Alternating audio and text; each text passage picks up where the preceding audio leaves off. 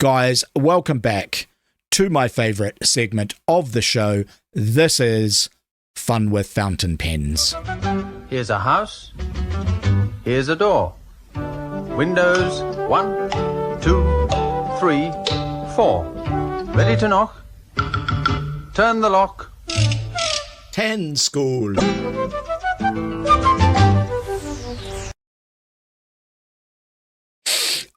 Okay, I hope you enjoyed that. I have a fantastic pen deal for you.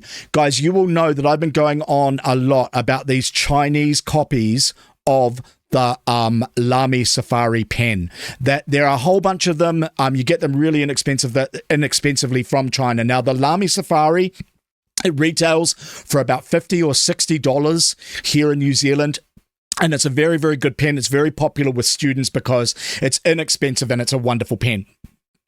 The Chinese copy them cheaply. You can get them for about $5 or something like that. I've got a really fantastic deal. I bought 7 of them for $10. So this pen here, which is a copy of a $50 to $60 Lamy Safari, is worth about $1.50. I'll show you all of the pens that I got. They came in a set. There are 7 of these pens for $10. It's actually a calligraphy set, which is why they are so cheap. So the idea is that if you are someone who's into calligraphy, each one of these pens has a different size nib from 0.7 millimeter all the way up to 3.0 millimeter so that you can do different types of calligraphy. But I am recommending that you buy this because you get 7 fantastic pens, the first 4 of which, about from 0.7 up to about 1.5, are suitable for everyday handwriting, which I'm going to demonstrate to you now. So this pen here, I actually have it loaded with Montblanc forest green ink.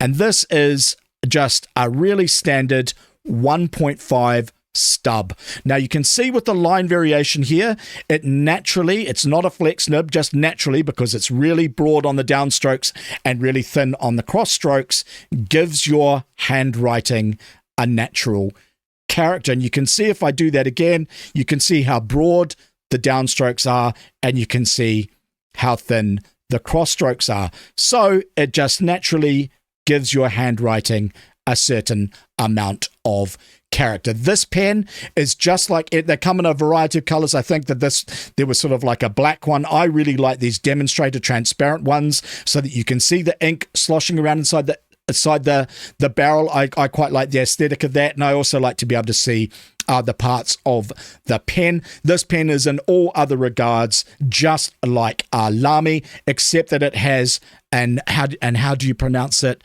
It's Iraurita. Now, Iraurita is a Chinese manufacturer of nibs. They make these wonderfully smooth steel nibs, and I believe this pen is unmarked, this Lamy copy. I believe this might also be an Iraurita manufactured pen, but is certainly one of their nibs. Now, the pen I really wanted to show you was the one with the biggest nib, which is the 3.0. Now this, a 3.0 stub nib, is beyond what most people would be able to comfortably use as an everyday writing fountain pen. Let me show you. Now, if you look at the line the line variation here between the cross strokes and the downstrokes on the 1.5, have a look what it's like on a 3.0. Oh.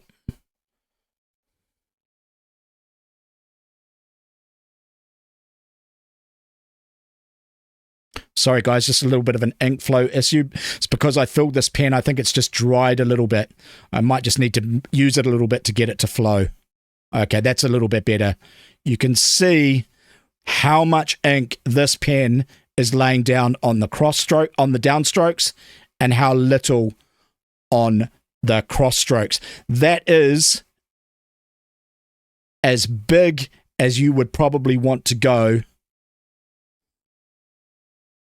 on a fountain pen nib. All right, you could use it. Some people would use it, but it is a calligraphy nib. I think the 1.5, which is here in green, is about as broad as you would possibly want to go. I think probably because this pen, it probably needs to be primed a little bit.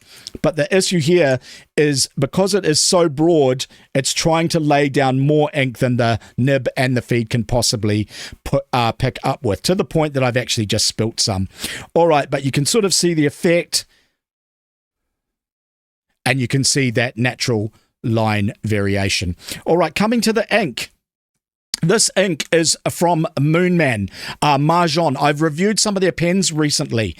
What's it called? This is called Bingdilian. All right, see this color? It's this odd sort of like light, almost kind of pink, and I saw it was called Bingdilian, and I didn't know. I'd never heard that color before, and I actually looked it up and was like, what actually is this? And it turns out it's actually the color of a flower, specifically a lotus. Let me bring that up. I might be able to bring up a picture of it. One moment. Can I do that? Yeah, there we go. So there's this flower. I'll move that around so you can see it a little bit better. There's this flower which this ink is based on. Now, this bottle of ink from Moonman / Majohn, it's about 15 mil. I think it cost me about $10. I bought it thinking, it's quite a feminine sort of a color, but I actually think that I could get away with it. I don't think I could get away with it for using it for work, but it's such a subtle, light color. I think that a man could use it as well. All right, so it's based upon the flower. It's an inexpensive ink. I wanted to try Moonman's inks, and they are good. They've got good flow. There's a little bit of shading to them, but not much. In all regards, it is just an absolutely lovely ink. All right, so that is the Moonman Bingdilian colored ink, which comes to us from China, and the Iraurita Lamy Safari copy. That is your fountain pen and fountain pen ink for this week. I hope you enjoyed that. I'm going to come back with one more article and then say good evening. Guys, you are watching SimonTV.